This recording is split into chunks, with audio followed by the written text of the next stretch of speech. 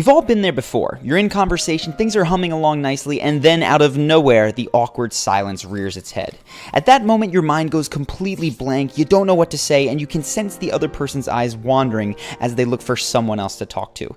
That scenario sucks, so here are 5 tips to make sure that you never run out of things to say in conversation again. First, when you find yourself in that situation where your mind has gone blank, play reminds me of. That just means that you look to the environment around you and say, you know, that reminds me of, and then fill in the blank. It's great for opening new conversational threads, and it can also work as a follow-up when someone finishes telling a story, which is how many groups of friends interact all the time. That's because people are drawn to others who they feel are similar to themselves, and related stories can build that bridge. Just be sure not to repeatedly make your story superior to theirs, or else it can feel like one-upping. Second, when you ask questions, keep them open-ended as often as possible. So rather than saying, "Oh, you're from Toronto, do you like it there?" you might say, "How do you like Toronto? I'm curious to hear more about it." The former question invites a one-word response and then awkward silence. The latter gets the other person talking about the things that they like, which is going to open up more conversational threads. Also, just remember the rule that every 3-year-old knows about conversation, which is that simply asking why is a great way to get people to open up more. So when someone mentions that they're a consultant, for instance, you might ask, "Why did you decide to get into consulting?" To be clear, unlike 3-year-olds, you don't have to say the word why over and over and over, but drilling down into their motivations will often get you a deeper connection in conversation. Third, for the worst case scenario, when conversation just flat out stalls, use revival questions. These are non sequiturs that bring conversation back from the dead. Here's 3 of my favorites. If you're in a new group and conversation dies after initial pleasantries, a great revival question is, how do you guys all know one another?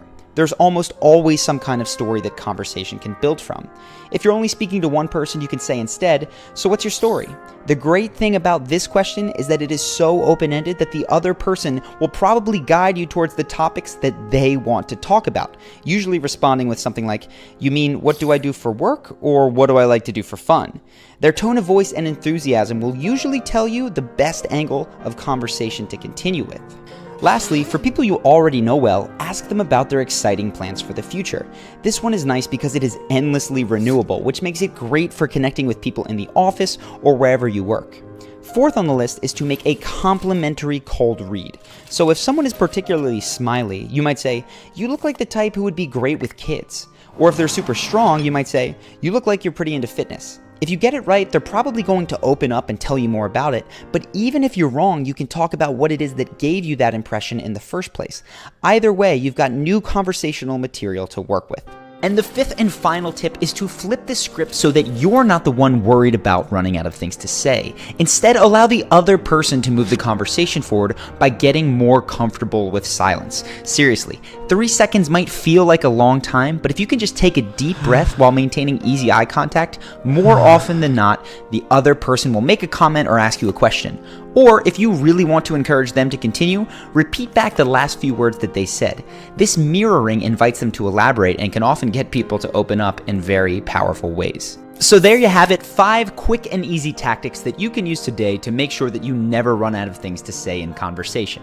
If you like these tips and want more advanced tips, you might want to check out an online course that I created called Charisma University. It has a full hour of my best strategies to become an expert conversationalist, not to mention separate sections on creating amazing first impressions, telling captivating stories, developing rock-solid confidence, and becoming an inspiring leader. You can learn more and join today if you're interested by clicking the button now. If you like this video and want more like it on YouTube, make sure to subscribe to the channel and click that notification bell. I hope that you enjoyed this video, and I will see you in the next one.